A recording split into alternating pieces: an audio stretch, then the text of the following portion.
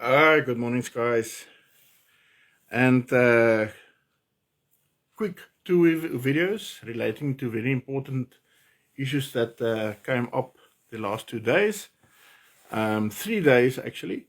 And I think we really need to have a look at those to understand what the implications are of the labor-related issues. And then I'm going to have a quick word relating to my Leone situation, because it seems people are a little bit confused about it. Rightly so, because we're dealing with quite intricate legal processes and terms. And please don't go and try and Google legal terms. If you're not a lawyer, you don't have a legal background, the things are really just going to confuse you, which I've seen now, and I've seen over and over again, and people confuse themselves, and therefore they end up with misconceptions of what is going on. Everybody by now, and I'm quickly just looking for the actual award, is now well versed with the issue. Let me open it up. Okay, I have it. The arbitration award of Mr. Colin Sean Smith and Clear Freight Pty Limited.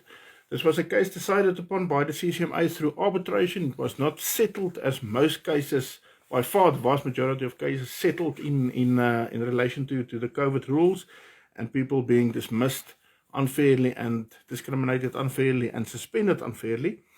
The whole award is on my Telegram. I will put my link to my Telegram in the comment section of this video, so that you can go and read the whole thing for yourself. It's written very simply, it's written very clearly. I think the Commissioner, personally, I think the Commissioner did a great job in clarifying a lot of issues. You will find exactly what the case was about, but most importantly, you will find that the argument of the employer, that the employee is supposed to pay for his own costs relating to COVID. These are the notorious PCR testing at cost of the employer, employee, etc., that most employees in corporate South Africa is facing. The CCMA found, without any doubt and without any ambiguity, that it is too onerous on an employee to pay that for themselves. You must remember that my standard advice, and my clients will know this, my standard advice, part of the package that you receive, is the Employment Equity Act. And then I make mention in certain sections of the Employment Equity Act relating to the whole issue of testing. Firstly, it's illegal for employers to force you to test. It's so illegal, in fact, that they can actually be charged criminally for doing that. Okay. But secondly, it also relates to the costs.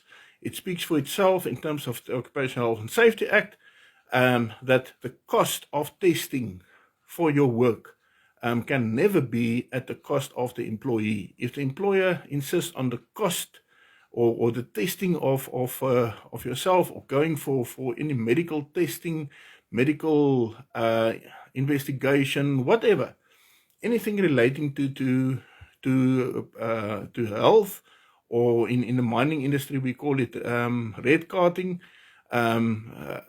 it's for the cost of the employer. It speaks for itself. Unfortunately, copy and paste after organizations like CSR, attorneys firms like Cliff Decker and so forth, that didn't understand what was actually written in the law and didn't understand what was written in the regulations of last year, simply copy and pasted from American, which is totally inappropriate, American policies and so forth. Copy and paste, and they didn't realize that they were making a total hash up of the thing. And yes, it has started to boil over now. People did not believe me when I said that there are literally hundreds of cases, if not thousands of cases relating to this already in the system of the CCMA. Those cases are by now coming onto the roll. There are indeed thousands upon thousands of cases relating to COVID. Some of them are seen as red line cases done by head office. I think CCMA is only now realizing how many COVID cases are indeed on their roll, because most of them start out as simple referrals through LRA 711, and then only at conciliation does the commissioner realize that he's actually dealing with a red line case, a COVID case, and the thing is then transferred to head office. Okay. So the most important thing of the Colin Smith Award is not necessarily that Colin won. Of course, we are delighted in that. He won 41,000 Rand in back wages. But the issue that has been dealt with in finality by this award relates to PCR testing and the employer coming to the employee and saying, you must provide the cost at your, or the test at on your cost. It is very clear what the CCMA's viewpoint on that is. Mr. Employer, you simply can't do that. Most of the dismissals taking place relates to exactly that issue, where an option is given to the employee as so-called accommodation. Once again, nothing to do with law, Clifford Decker, nothing to do with law. You copy and pasted it from American documents, which is totally inappropriate in South Africa. There's no legal basis for it in South Africa. So the accommodation is, you must now provide a negative PCR test every 48 hours or every 72 hours or whatever. Otherwise, you are then either dismissed for discipline in a disciplinary inquiry for discovery. I know in discovery, Tukiso advised them to go the disciplinary route, or Clifford Decker with their whole nonsensical way of thought relating to incapacity in the workplace. It's wrong. In law, it's simply wrong. You can't do that. You can't expect an employee to go for PCR testing if they are unvaccinated, whilst vaccinated employees also can carry the disease, spread the disease, contract the disease, transmit the disease, right? There's simply no science backing what you are saying. So Mr. Employer, please do not fall for the copy and paste exercise of very ill-informed legal advice that was given to corporate South Africa. Please do not fall for that. It's putting your company in risk. Rather follow big organizations like NIASA. NIASA has 30,000 plus employers that are members of them. Go and see what Gerrit Papenfoes have to say to his employers, the member employers to his organization. He's the head of that organization. Please stay away from the Clifford Deckers out there and the CSRs out there. They are there to make money off of this. You must understand that for every disciplinary inquiry and every poor work performance inquiry that is done, you must pay for them. I know, incidentally, what they are charging. It was fibbed at one stage, and then I followed it up, and the fib became a fact. I know what it cost to those companies. So you are making a ton of money out of misadvising your clients. I know that, and I'm going to report you to the authorities on the whole issue. So please be advised to do that. So we're dealing with the Colin Smith issue, which very clearly and very simply illustrates what the CCMA think of the current situation that we are facing. Okay, that's the one very important case that came out, I think 2 days ago. It was made known 2 days ago. Then we're sitting with the other one, and just give me a little bit of time. I also published that one, or part of that. That relates to the long-standing fight between organized tobacco, the organized tobacco industry in South Africa. You remember right there at the start, I was one of the only people who supported, although I have a problem with smokers, I'm not a smoker myself, I have a problem with the tobacco industry, I supported their legal position that the government cannot come and regulate your business into oblivion by simply banning your product without consultation and without scientific reason to do that. So the tobacco industry took the Minister of Cooperative Government, which happens to be Minister female Zuma, to court. They won, although at the High Court, cost was for some reason the High Court didn't award cost, which was very strange. The case was then taken to the Supreme Court of Appeals, also in Bloemfontein. And yes, in finality, more than a year and a half later, I think it's very close to 2 years later, we have the finding by the Supreme Court. And it was published. Just want to make sure that I cite you the correct case number. Yeah, it's been reported already. The case, the finding of the case was indeed on the 14th of June 2022, and it is the Minister of Cooperative Government and another, and those are some others that were cited, versus BAT, British American Tobacco South Africa. But you will remember, and I will go and look for that, I specifically said that I support BAT in their stance and in their legal argument, and the case number is reported as case J09 of 21 2023 ZASCA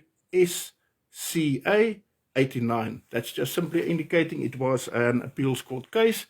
It seems to have been, well, the 89th case heard by the appeals court dating from last year. It started last year already. Okay, now why is this one so important? Because in this finding of the appeals court, it is very clearly and very directly found by the court that there is no scientific basis compelling enough for the minister to have ever issued the regulations relating to the tobacco industry. Now it speaks for itself that the court actually now said that there is not compelling enough science for that decision. If you take the argument, the logical next step, it simply means that this whole nonsensical blah blah, also copied from America, about the whole issue of the science of COVID was baseless. We're still awaiting a finding from any court, and I hope it will eventually end up in constitutional court or in appeals court, which finds exactly what the appeals court has already said now. In the case of British American Tobacco, the government's so-called science that they tried to purvey to the court was just simply not compelling enough in any way to prove grounds for the regulations by the minister. I think it will be quite an easy play if this case actually ever comes before the court relating to the other regulations. Now listen to me now, especially the hospitality industry and especially the beauty industry, hair salons and so forth, and hospitality, that including restaurants, that includes hotels, guest houses, etc. You guys who were nearly, and in some cases actually, driven into bankruptcy because of the regulations. I've advised many times that you need to take your cases to court, go and fight it in court. Now you're sitting with this precedent-setting case of the Supreme Court of Appeals itself. So you don't have to think a lot about what your arguments needs to be. You just simply go and copy what BAT says. You go to their court case, their court documents, and you go and see what they argued. You go and ask for the transcription of the different court proceedings, and you read what the arguments were and what the court had to say about these things, right? It's costly, but in the end, I think if you do this, you will most probably, you're highly likely to win your cases. I'm available. If you want my services, I'm available. I have legal teams standing on the ready. We're ready, we're able, we want to take these cases. So please contact me, because we now have definitive findings by CCMA relating to PCR testing based on science, which they don't really accept. And we have definitive findings by the Supreme Court of Appeals, the highest court in the country on law, not constitutional law, that is the Constitutional Court, but in ordinary law, general law, simply saying the science that government tried to provide were not successful, were not efficient, were not compelling enough for them to even come and argue that regulations needed to have been in place. Okay. These things are extremely important to understand.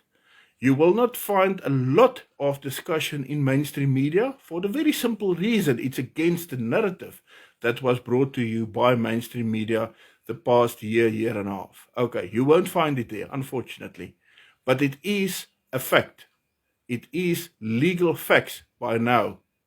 It is there, black and white. You can go and read it yourself. It's not the opinion anymore of Skalk van der Merwe sitting in his house or his office making a video on the issue. It's not only my opinion anymore. These are now findings by CCMA in awards, in an award, and most importantly, by the very learned judges of the Supreme Court of Appeals in Bloemfontein. They agree with what I have been saying for the last year and a half, very close to 2 years now. Right. There is no scientific base. There is no legal base. Whatever happened here was unconstitutional from word go. And if you took part in this, the risk is now on you, and you will pay for it in the end. You will pay. And how many warnings did I not give on my public channels to big business, to small business, to medium business, to government, to Ramaphosa himself, to Zuma, and saying to them, guys, listen to me. This is not the United States. You can't go and copy their nonsensical policies into South Africa, because it is contrary to our law. Our law is Roman Dutch. Our law is crystallized. We have a very strong legal route to follow. We have a very strong legal basis. We live in a country that is still ruled by law, although the ANC and some employers think that they are above the law. The fact of the matter remains, our law does not permit what you are trying to do. And I have been validated now over and over again.